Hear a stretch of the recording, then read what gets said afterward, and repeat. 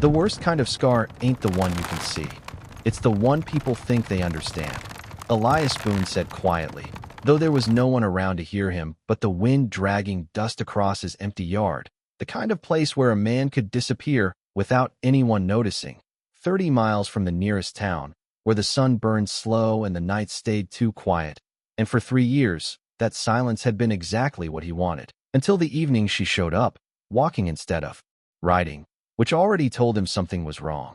Because out here, nobody walked unless they had no other choice. Clara Whitlock stopped at the edge of his fence line like it was a border she wasn't sure she was allowed to cross, her boots worn thin, her shoulders tight, eyes scanning every inch of the land like it might turn against her if she blinked too long. Elias didn't move at first, just watched from the porch, one hand resting on the post, the other hanging loose by his side, not reaching for the rifle. Not yet. She didn't call out, didn't wave, didn't beg, just stood there until the distance between them felt heavier than words. Then finally, she spoke, her voice dry like she hadn't used it in miles. "You got water?" That was it. No story, no explanation, just the one thing a person couldn't survive without. Elias tilted his head slightly, studying her the way a man studies weather rolling in, not judging, just measuring risk. Then he stepped down from the porch, boots pressing into the dirt slow and steady, each step deliberate, closing the gap without rushing it. He stopped a few feet short, close enough to see the fine tremble in her hands, the dust clinging to her skin, the way her breathing stayed just a little too fast, like she hadn't stopped moving for a long time. He reached back toward the barrel by the door, dipped a tin cup, and held it out, not forcing it into her hands, just offering. Clara hesitated for a second too long, like even kindness came with a price she hadn't figured out yet. Then she took it, fingers brushing the metal quick, careful not to touch him. She drank fast, not sloppy, just urgent, like time itself might run out if she slowed down. And that's when it happened. Her sleeve slipped back just enough, just a few inches, but it was enough for Elias to see the scar running along her forearm, pale and uneven, the kind that didn't come from accidents or careless mistakes, the kind that told a story no one wanted to tell twice.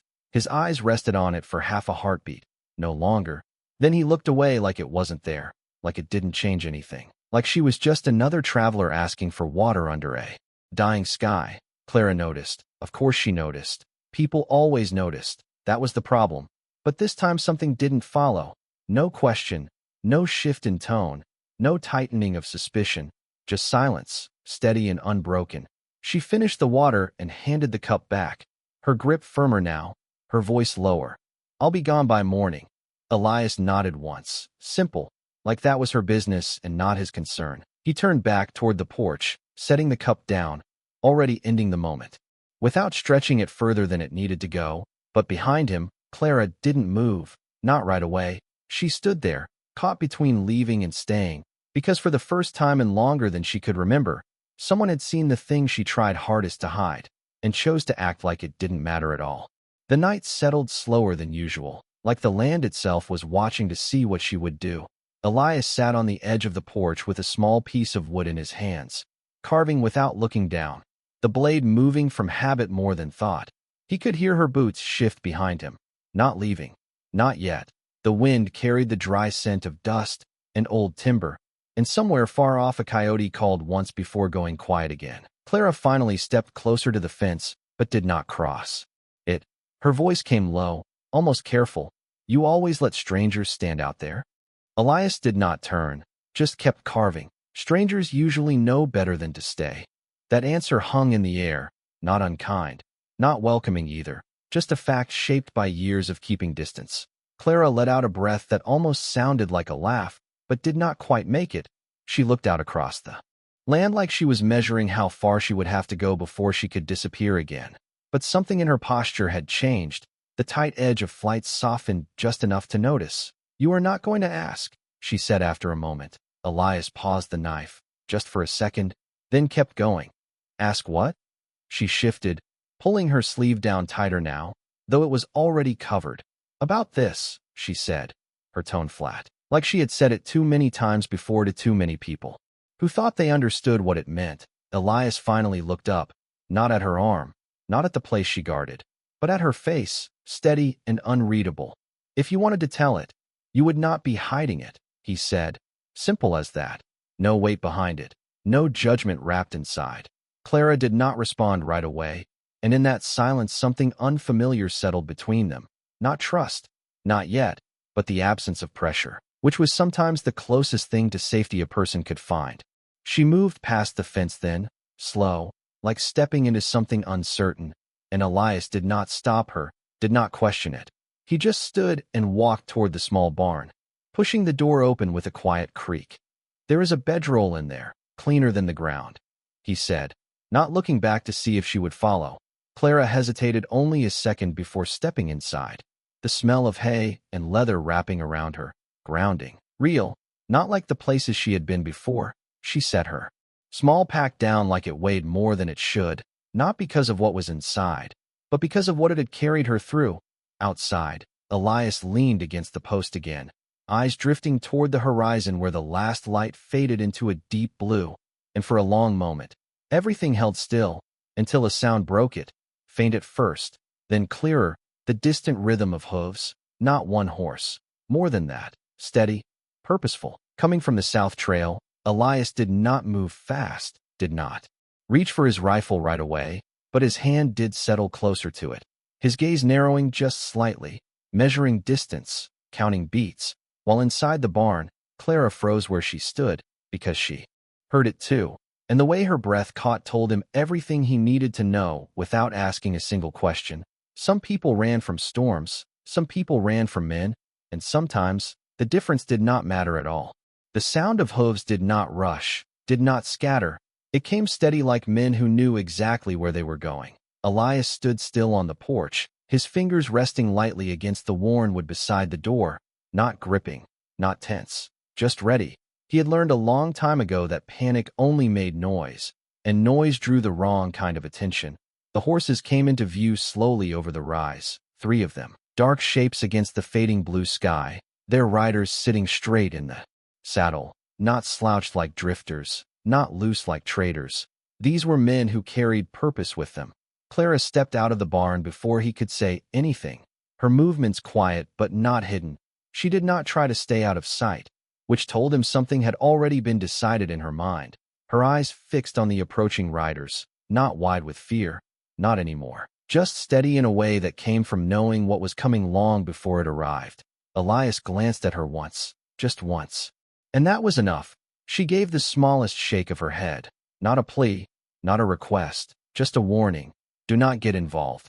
The riders slowed as they reached the fence line, dust settling around their horses' legs. The lead man tilted his hat back slightly, eyes scanning the property with the kind of calm that came from confidence. "Evenin'," he called out, voice even, not raised, not aggressive.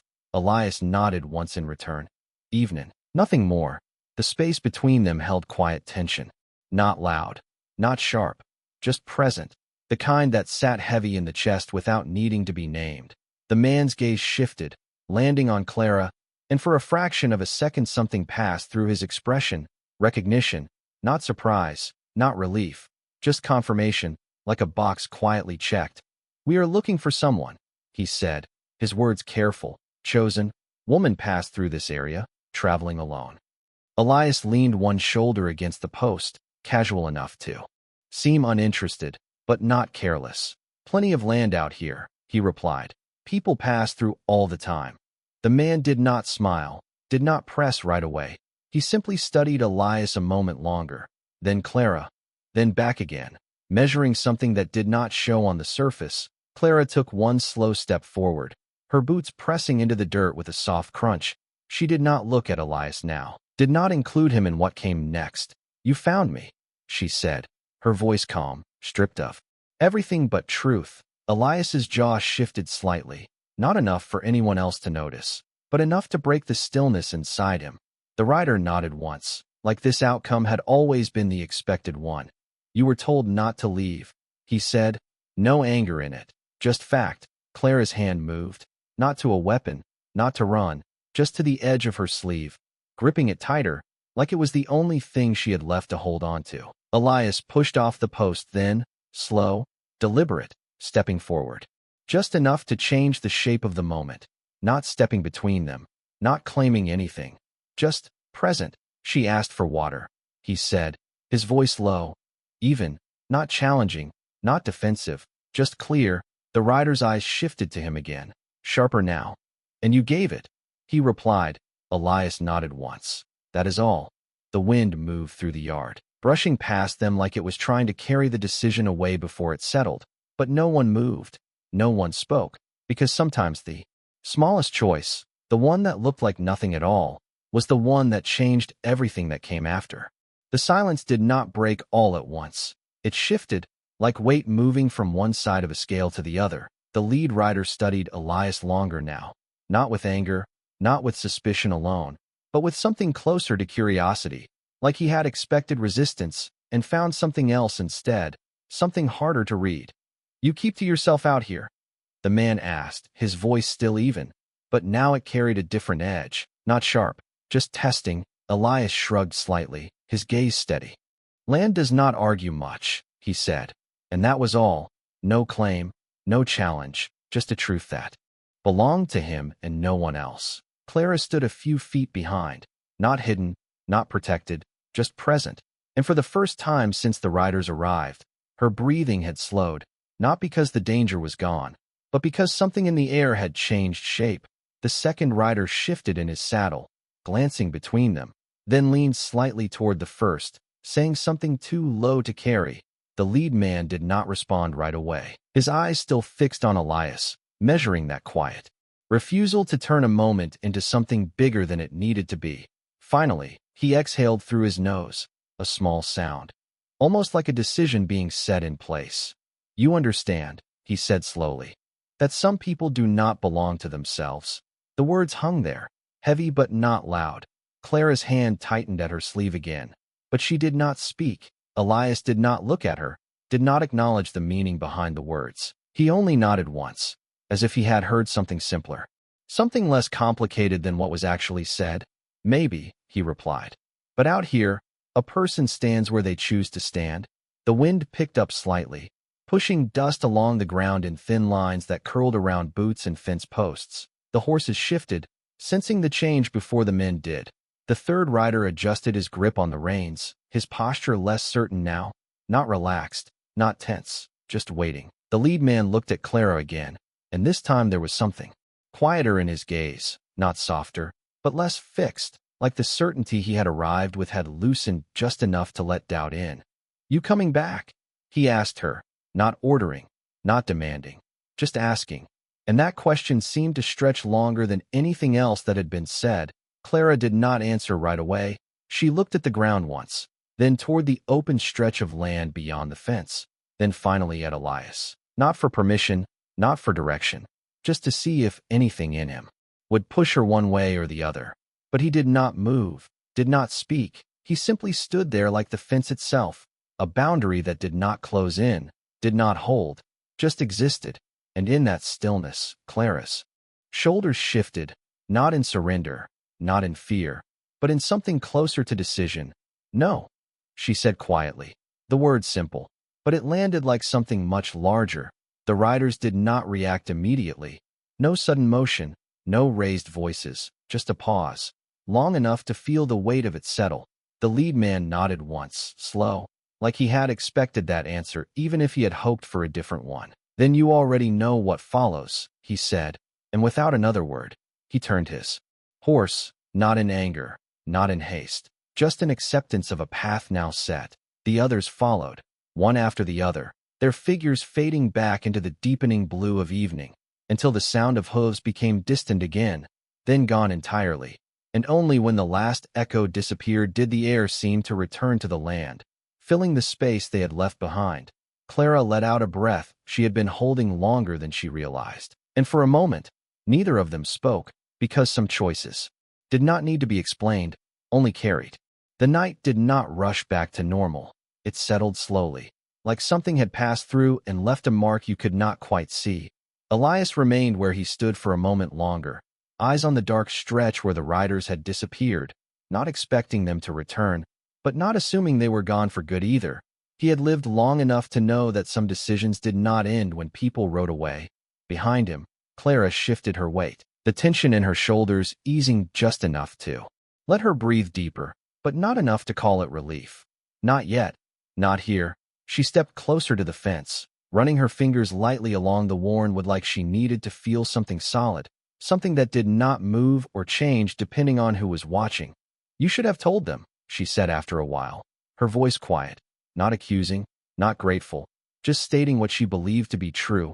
Elias did not turn right away. He walked back to the porch, picked up the same piece of wood he had been carving, and sat down again like the moment had already passed through him. They did not ask the right question, he replied, his knife finding its place again, steady, controlled. Clara let out a small breath, something between disbelief and confusion. They knew it was me, she said. Elias nodded slightly, eyes still on the wood in his hands. And you knew it too, she added. This time there was something sharper beneath the words, not anger, but the edge of someone who had spent too long being seen for the wrong reasons. Elias paused again, just long enough for the silence to matter. Then he set the knife down beside him, finally, looking up at her, not at her arm, not at the scar she guarded, just at her. I knew you asked for water, he said, simple, unshaken. Clara stared at him, trying to find something hidden in that answer, some angle, some reason that made sense in the way the world usually worked, but there was nothing there except what he had said, and that made it harder to understand, harder to accept. She stepped closer, crossing the last few feet between them. You do not even want to know what they think I did? She asked, her voice lower now, almost careful again, like she was testing something fragile. Elias leaned back slightly, resting his shoulders against the post, the wood creaking softly under the shift. If I wanted to know, he said, I would have asked before they got here. The wind moved through the yard again, lighter now, carrying the faint smell of dry grass and distant rain that might never reach them. Clara looked down at her hands, at the sleeve she had pulled tight so many times it felt like part of her skin. Then slowly, almost without realizing it, her grip loosened, just a little, not enough to reveal anything, but enough to stop hiding so hard. Most people decide before they hear anything, she said, more to herself than to him. Elias picked the knife back up, turning it once in his fingers before setting it aside again, like he had already finished what he needed to do. Most people are in a hurry, he replied, his tone even, calm. I am not. That settled between them in a way that words rarely did. Not loud, not heavy, just steady. Clara let out a breath she had been holding in pieces, her shoulders dropping slightly, the tight edge softening further, not gone, but no longer cutting as deep. She glanced toward the barn, then back at him. If they come back, she said. Elias nodded once, like that part had already been understood. Then we will deal with that when it happens, he answered, not with confidence, not with defiance, just with the same quiet certainty he carried in everything else. Clara watched him for a long moment, as if trying to decide whether that kind of certainty was real or just another illusion people use to make others stay. But there was no pressure in him, no pull, no demand, just space. And for someone who had spent her life running from places that tried to claim her, that space felt unfamiliar in a way she did not yet know how to leave. Morning came without ceremony, just a slow shift in light that turned the horizon pale and stretched long shadows across the yard. Elias was already awake, working the fence line like he had every morning before and every morning he would after, hands steady, movements practiced, the kind of routine that did not ask questions and did not need answers. Clara stepped out of the barn quietly, boots in hand at first, like she was not sure if the ground would accept her yet. She watched him for a moment before setting them down and slipping them on. The leather creaked softly, a small sound that still felt louder than it should in a place like this. Elias did not turn, but he knew she was there. The rhythm of her steps was different now, less hurried, less ready to disappear at the first sign of movement. She walked toward the water barrel, dipping the same tin cup he had used the night before, this time without hesitation, without asking. And that small change carried more weight than anything either of them had said. You always start this early? She asked, her voice cutting through the quiet morning air. Elias pulled the wire tied along the post before answering. Sun does not wait, he said, simple, like everything else. Clara nodded slightly, though he was not looking.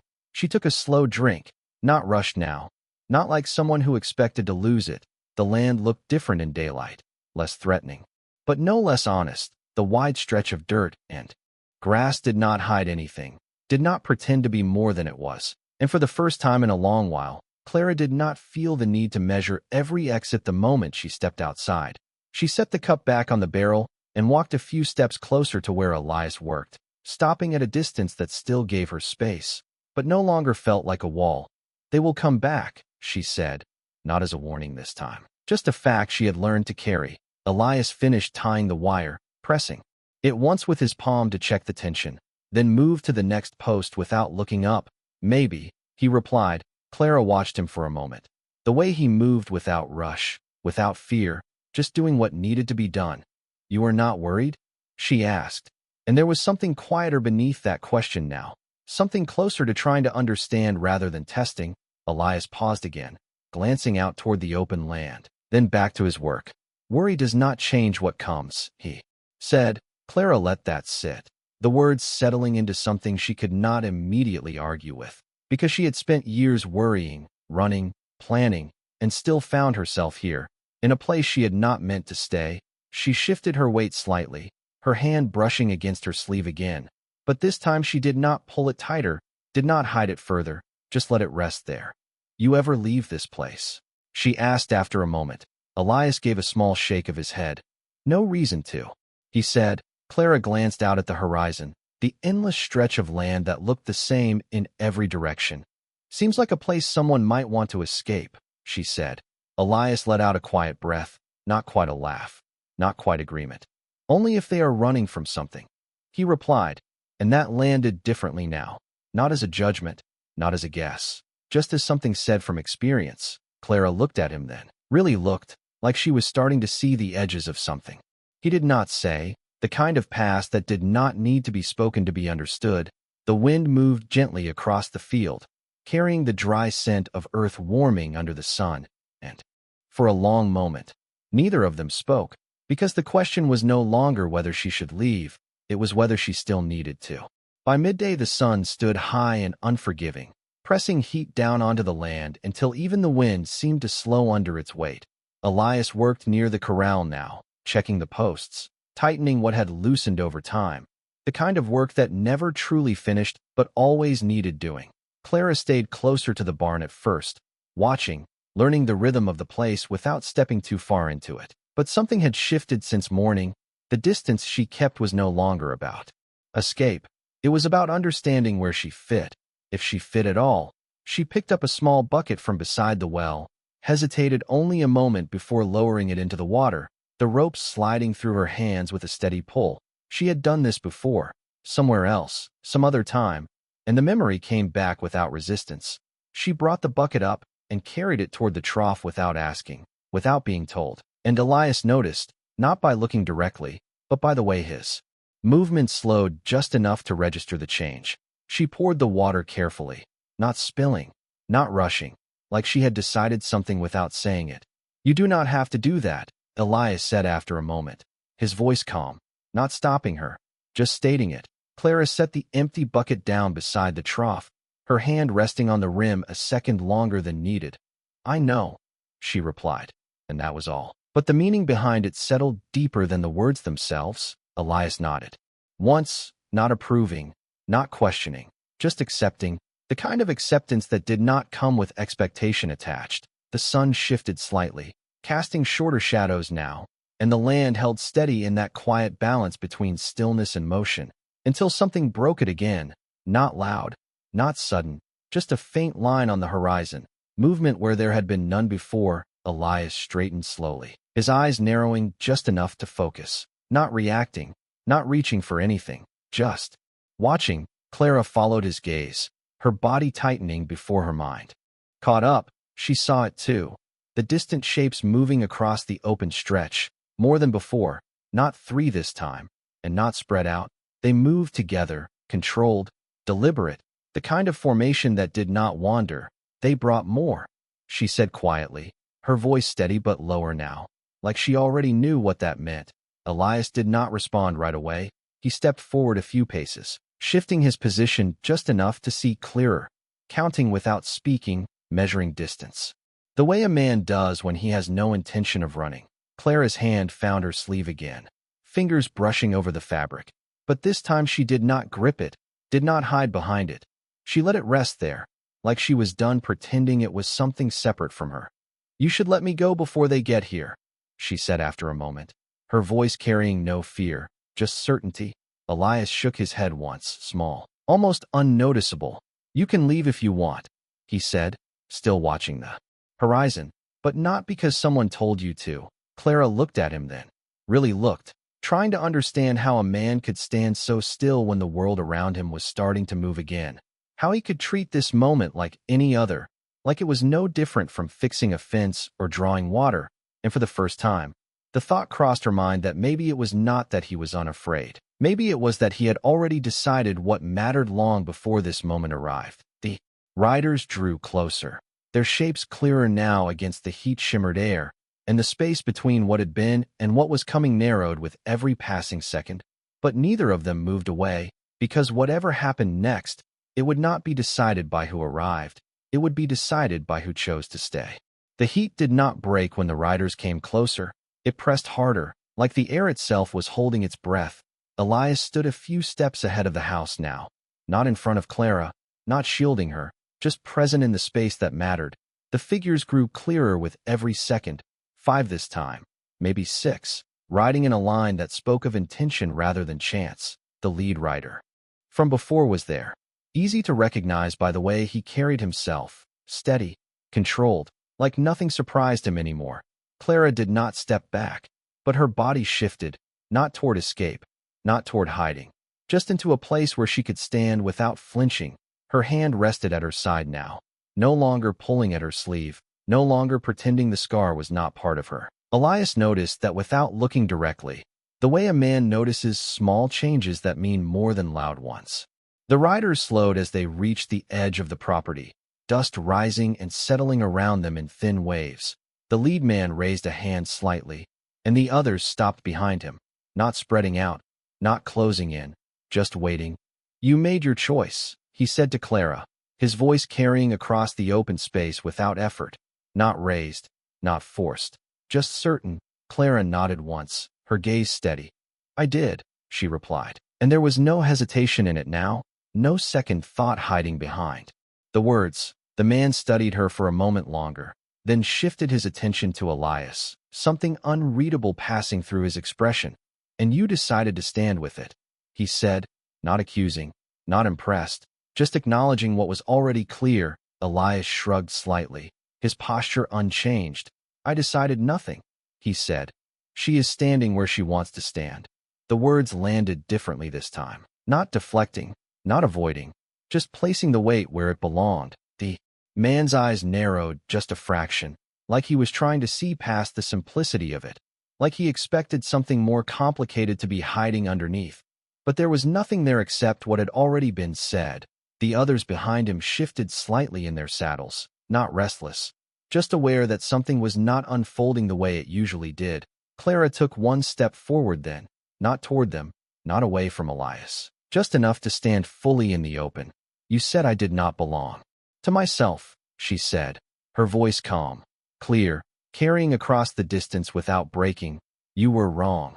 The words did not rise, did not push, they simply existed, and in that moment, they carried more weight than anything louder ever could. The lead rider did not respond right away, his gaze moving between her and Elias, measuring something that could not be counted in numbers or distance. The sun beat down around them, casting no shadows long enough to hide behind, and for the first time since they had arrived, there was a pause that did not feel like control. It felt like uncertainty. Elias remained still, not stepping forward, not stepping back, just holding his place the same way he had since the beginning. And that steadiness did something the riders were not prepared for. It removed the space where force usually lived, because there was nothing here pushing against them, nothing escalating, nothing giving them a reason to turn this moment into something else. The wind moved again, slow and dry, brushing past them all like a reminder that the land did not care who claimed what. It only held what remained, and in that quiet, the balance shifted, not loudly, not suddenly, but enough to change what came next, because sometimes, When no one reaches for control, control has nowhere left to stand. The pause stretched longer than anyone expected, not fragile, not about to snap, but steady in a way that made the moment feel heavier with each passing second. The lead rider shifted slightly in his saddle, not retreating, not advancing, just adjusting to something that no longer followed the pattern he had come prepared for. His gaze stayed on Clara, but the certainty behind it had thinned, like a man realizing the ground beneath him was not as solid as he thought. "You think standing here changes what you are?" he asked, his voice still calm, but quieter now, not meant to carry far, just enough to reach her. Clara did not answer right away. She took another step forward, placing herself fully between the riders and the house, not as a shield, not as defiance, just as someone who had stopped stepping back. "No," she said finally, her tone even. "It changes what I accept." The words did not rise, did not challenge. They simply settled into place, and something about that made the space between them shift again. The men behind the lead rider exchanged brief glances, subtle, almost unnoticeable, but enough to show that this was no longer a simple task to complete and leave behind. Elias remained where he was, just off to her side, not moving to join her, not pulling her back, his presence unchanged, the same quiet line he had held since the beginning. And that was what made the difference. There was no force here to push against, no resistance to overcome, only a choice that had already been made without needing to be defended. The lead rider exhaled slowly, his hand resting loosely on the reins, his eyes drifting for a moment across the land, the empty stretch that offered no advantage, no leverage, just distance and silence. "You are making this harder than it needs to be," he said, though there was less conviction in it now. Clara shook her head slightly, not dismissing him, just correcting something that no longer fit. "It was always hard," she replied. "I just stopped pretending it was not mine to carry." The wind moved through, again, lifting a thin line of dust between them before letting it fall. And in that quiet motion, something settled, not resolution, not agreement, but an understanding that did not need to be spoken out loud. The lead rider looked at Elias one last time, not searching now, just acknowledging. "You could have stayed out of it," he said. And this time there was no test in the words, just a statement. Elias gave a small nod, his gaze steady. "I did," he answered, and that was the truth of it. Simple and complete, because he had never stepped into her path, never taken her choice from her. He had only refused to take it away, and that difference hung in the air like something the riders had not expected to face. The lead man let out a breath, longer this time, then slowly turned his horse, not in defeat, not in frustration, just in recognition that this moment no longer belonged to him. The others followed, one by one, their formation loosening as they moved away, no longer as tight, no longer as certain, until the sound of their horses faded again into the open land, leaving nothing behind but the quiet they had tried to break. Clara stood still for a long moment after they were gone, her shoulders rising and falling slowly as the weight she had carried began to shift into something else, something she had not felt in a long time. Not relief, not yet, but space. Elias turned back toward the house without saying anything, stepping onto the porch like the day was simply continuing as it always had. And after a moment, Clara followed, not because she was told to, not because she had nowhere else to go, but because for the first time, staying did not feel like surrender. It felt like a choice she was allowed to make. The afternoon light softened as it stretched toward evening, turning the hard edges of the land into something quieter, something that no longer demanded attention but simply existed. Elias moved through his routine without change, checking the water, adjusting a loose hinge on the barn door, each motion steady, unhurried, like the day had not held anything unusual at all. Clara stood near the porch for a while, watching him, not because she did not understand what he was doing, but because she was beginning to understand how he did it, without carrying the weight of every moment forward, without letting one decision define the next, and that felt unfamiliar in a way she could not ignore. She stepped up onto the porch slowly, the wood creaking softly under her boots. Elias glanced at her once, then back to what he was doing. No questions, no expectation, just the same quiet space he had given her since the beginning. She rested her hands on the railing, looking out over the land that had not changed, yet somehow felt different, They will not come back, she said after a while. Not with certainty, but with something close to it. Elias nodded once, setting the tool down beside him. Not for this, he replied. Clara let out a breath she had not realized she was holding, the kind that came from something ending without needing to be forced. She looked down at her arm then, really looked this time, her fingers brushing the fabric before slowly pulling the sleeve back. Not all at once, not like she was revealing something, but like she was no longer hiding it either. The scar caught the light differently in the fading sun, not as harsh as before, just a line, a part of her that had been given too much meaning by too many people. Elias did not react, did not even shift his gaze toward it. He simply picked up the small piece of wood again, turning it in his hands like he had the night before. Clara watched him for a moment, waiting, not for judgment, not for a question, but for something, anything that would make this moment feel like all the others she had lived through. But nothing came, just the quiet rhythm of his breathing, the soft scrape of wood against his fingers, and the open space around them that asked nothing in return. You really do not care, she said, her voice low, not offended, not surprised anymore, just stating it out loud for the first time. Elias paused, looking up at her, his expression unchanged. It is yours, he said simply. And that was all.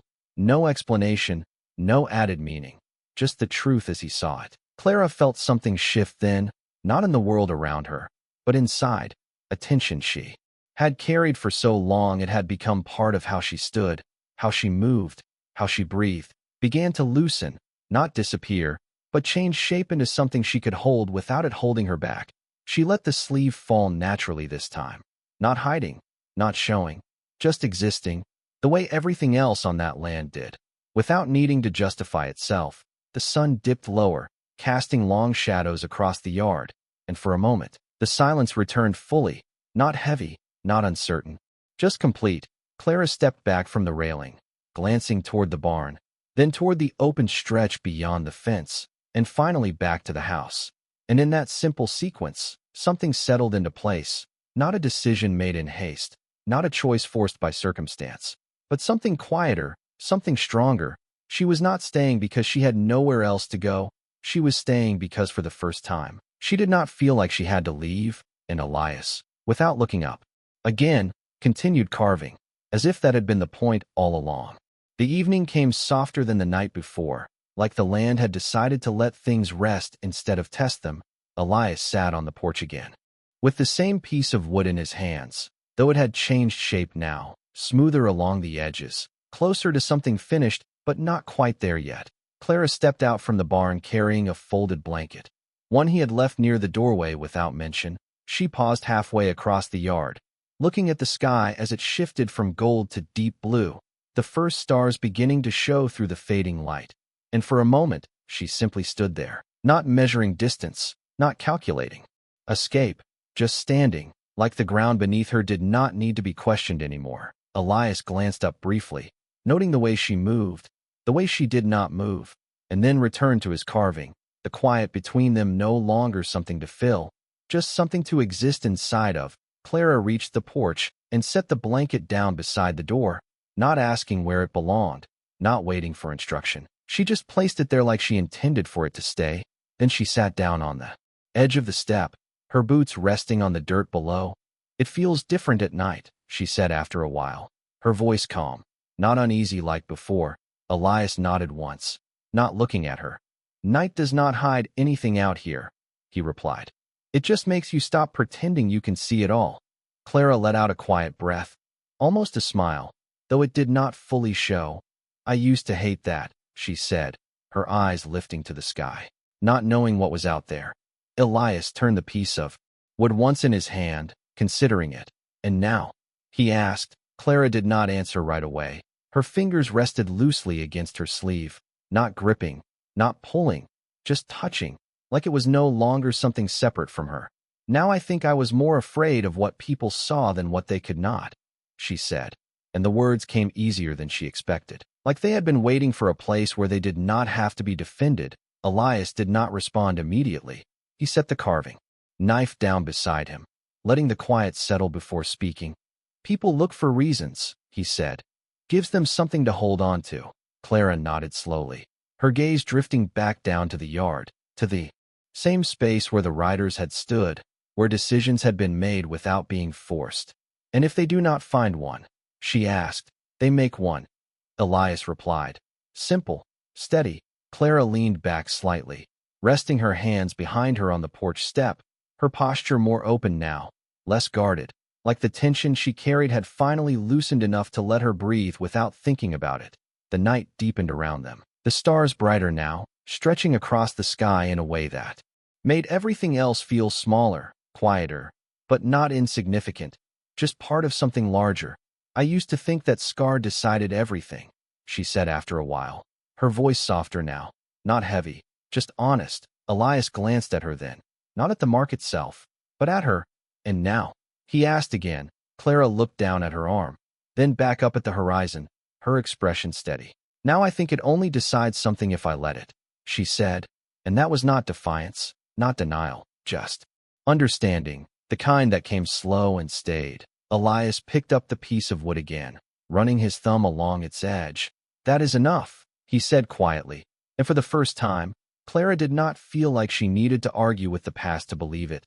The wind moved gently through the yard, carrying the faint sound of distant night settling in, and as the fire inside the house flickered to life, casting a warm glow through the open doorway, Clara did not look back toward the road, did not listen for hoofbeats. She simply sat there, in the quiet, in the space that had not asked her to prove anything, and let the moment stay exactly as it was. The next morning did not announce itself with anything new. No distant riders, no sudden changes, just the same wide sky stretching over the same quiet land. But something had settled in a way that made the stillness feel earned instead of empty. Elias was already outside, mending a section of fence that had leaned overnight, his hands moving with the same steady rhythm that had never asked for recognition. Clara stepped out from the house this time, not the barn, the door opening behind her, with a soft creak that sounded different from before, like it belonged to her just enough to be noticed. She paused on the threshold, not to check the horizon, not to measure distance, but simply to take in the morning as it was, the air cooler, the light softer. And for the first time, she did not look over her shoulder before stepping forward. Elias glanced up briefly, giving a small nod, not welcoming, not questioning, just acknowledging, and she returned it the same way, no more, no less, the kind of exchange that did not carry weight because it did not need to. She walked toward the water barrel again, dipping the tin cup without hesitation, drinking slow, like someone who expected it to still be there when she finished, and when she set it back, she did not linger. She picked up the bucket and moved toward the trough without being asked, without wondering if she should, because the question had already answered itself somewhere along the way. Elias watched her for a moment, not measuring, not evaluating, just noticing, then returned to his work, the fence line stretching ahead of him like it always had. Something to tend, not something to control. Clara finished with the water and set the bucket down, wiping her hands against her jeans before walking over, stopping a few feet away, not distant, not close, just where she chose to stand. "What are you making?" she asked, nodding toward the piece of wood he held. Elias turned it once in his hand, looking at it like he had not quite decided himself. "Something that fits," he said. And that was all. Clara tilted her head slightly, considering that, then gave a small nod, like it made more sense than it should. The wind moved across the land again, carrying the quiet sound of nothing needing to change, and for a while, they worked in silence, not because there was nothing to say, but because nothing needed to be said. The sun climbed higher, the shadows shifting, the day unfolding the same way it always had, but now it held something different inside it. Not tension, not uncertainty, just space, the kind that did not push a person to leave or pull them to stay. It simply allowed them to remain. Clara stepped back after a while, looking out across the open stretch. Beyond the fence, the same path she could have taken at any moment, the same direction she had followed for miles before arriving here. But this time, she did not measure it, did not imagine where it led. She let it exist without needing to follow it. Then she turned, not away from something, but towards something else, walking back toward the house, toward the barn, toward the work that had no expectation tied to it. And as she passed Elias, she did not slow, did not stop, but she did not avoid him either. Just a simple passing, like two lives moving alongside each other without needing to explain why. Elias watched her go for a brief moment, then returned to the fence, pressing the wire into place, checking its hold. And in that quiet action, something settled fully, not spoken, not declared, just understood, because out here, nothing needed to be proven, nothing needed to be owned, and sometimes, the strongest thing a person could do was simply stay where they were, and let that be enough.